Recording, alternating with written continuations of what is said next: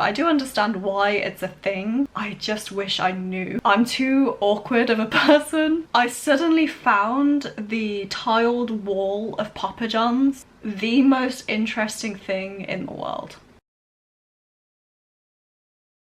So a little bit of background. I moved to South Korea for the first time in 2018 in my early 20s, and I had never lived away from home before in my life.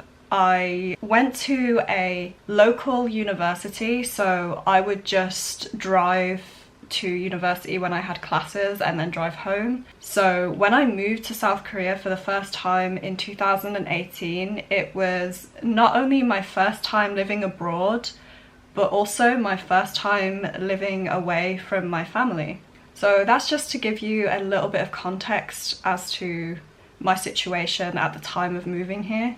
And here are some of the things that I wish I'd have known before coming here. Quick side note that I forgot to mention, I did actually do a lot of research before coming to Korea, so I naively felt quite prepared.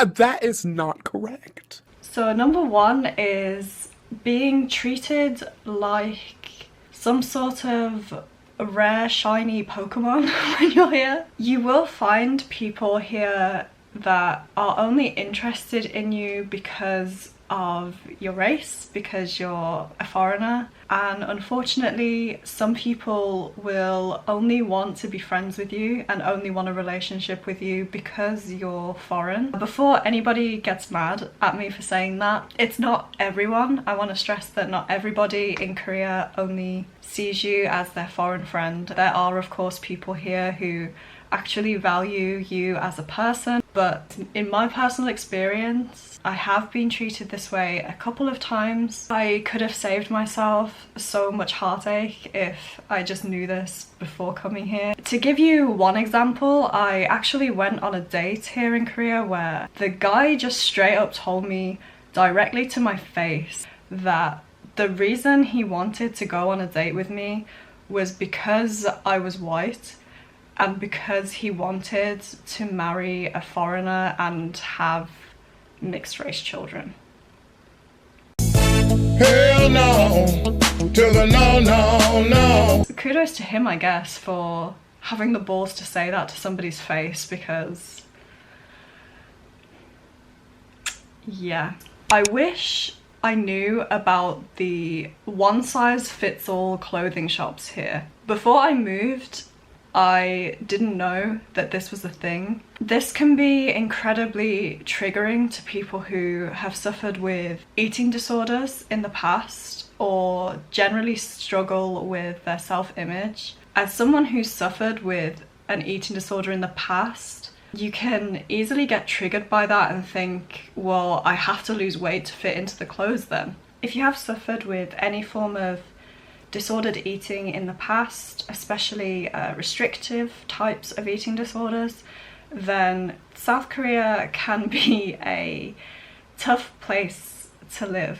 So that's definitely something that I wish I'd have known before moving to Korea. However, it's not all doom and gloom. They do have some popular clothing stores here that do carry bigger sizes. You know, they have H&M, they have Zara, they have other clothing stores where you can find clothes that fit you.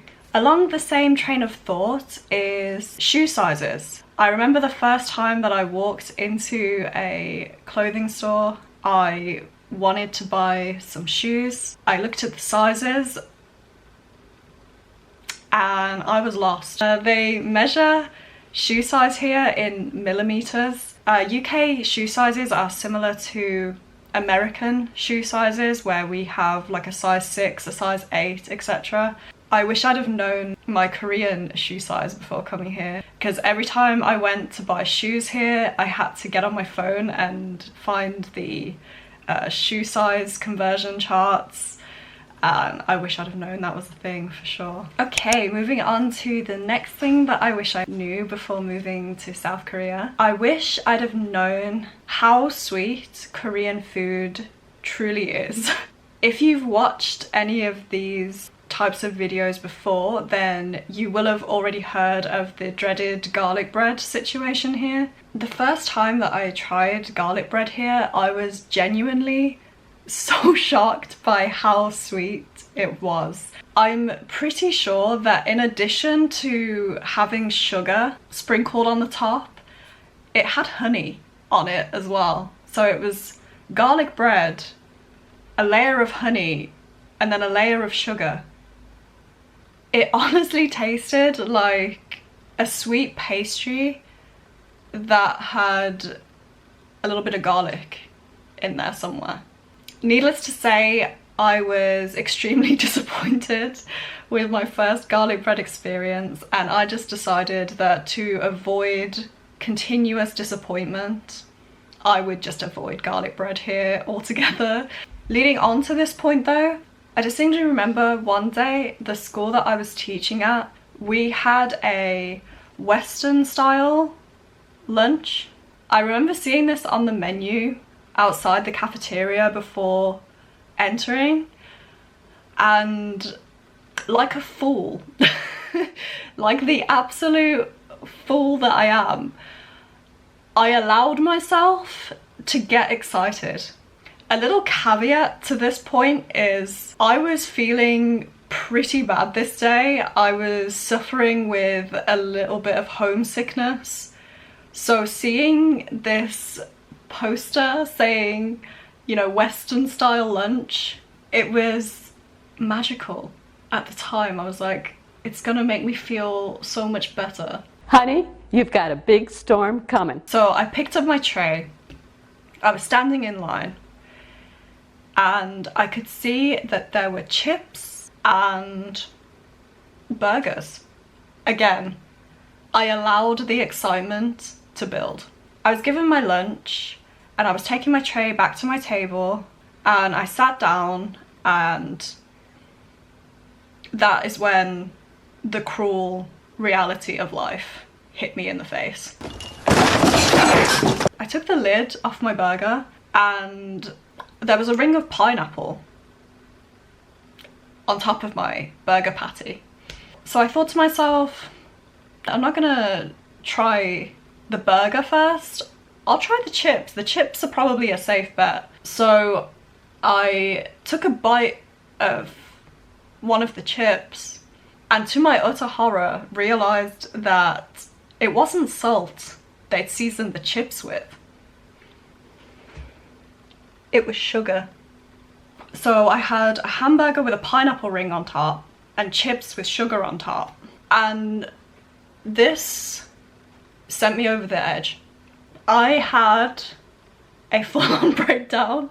As I mentioned, I was already having a bad day. I was feeling homesick and I cried. Yep. The next thing that I wish I had known before moving to Korea is how kind generally people are here. The area I was placed in with Epik was a very rural area, and the immigration office that I had to go to get my ARC card, my alien registration card, which is basically the card you need to do anything at all here in Korea. It's basically your lifeline while you're in Korea. I had to go all the way to Suwon.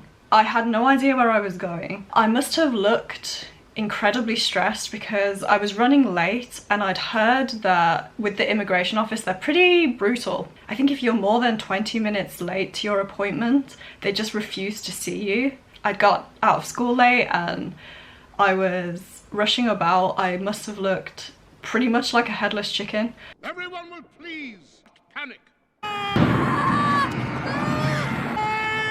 And this woman approached me and she asked me, oh, are you trying to go to the immigration office? And I said yes. And then she gave me directions to said immigration office. This experience was one of the ones that stands out to me in my mind. Like, I still remember that sweet lady to this day. But there's been too many situations like this for me to count. In general here, people have been just so helpful and so kind. And it's one of the things that I truly love about living in this country. In general, living in South Korea is much safer than living in the UK. So here in South Korea, I actually feel safe enough at night to just walk around by myself. Obviously, I'm not completely unaware of my surroundings. It's important to mention that there are risks everywhere, of course, and no country is 100% safe. There are weirdos everywhere.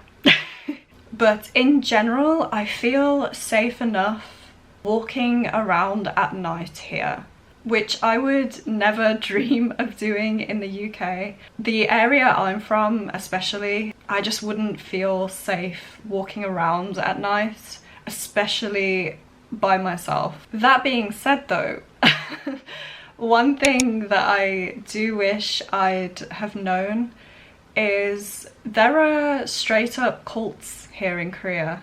And yes, I have been approached by a couple of these. One situation that I distinctly remember was I was in a train station and a lady approached me and asked me for directions. And obviously my alarm bells immediately started ringing because I looked around. The train station was full of Korean people and I was one of maybe 2 foreigners. And I thought to myself, you've approached me, who is clearly a foreigner, to ask for directions? That's suspicious. That's weird. And I was correct, because she proceeded to follow me onto my train and began to ask me if I believed in God, if I was religious, etc. And then told me about a little religious group that she was a part of and how she'd like me to be a part of said religious group. And I politely declined and went about my day. Yeah, immediately no. Immediately no. Immediately no. Like instantly, I was like, yeah, no. That was my thought. That leads me on to the final thing that I wish I'd have known before moving here to South Korea. And that is the upkeep of bleached hair in South Korea is incredibly expensive. I also had a pretty terrible bleaching situation at a salon. She left the bleach on my hair for an hour. My natural hair colour isn't that dark, and usually my hairdresser back in the UK will leave my bleach on for 20 to maximum 30 minutes. This hairstylist left the bleach on my hair for way too long, and honestly this is my fault because I should have spoke up and I should have said, I think it's done, but I'm too awkward of a person to say, hey, you're leaving my bleach on too long.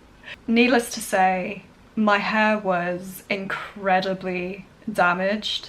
When she was blow drying it and she was brushing it, I could just see clumps of my hair falling out.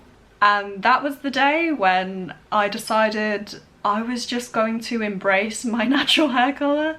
Obviously, this was just one salon, and I'm sure if I went somewhere else, maybe it would be okay, but also, like I mentioned, it's incredibly expensive here, so I've decided to just embrace my natural hair colour, and I'm currently in the process of just growing my natural hair colour out.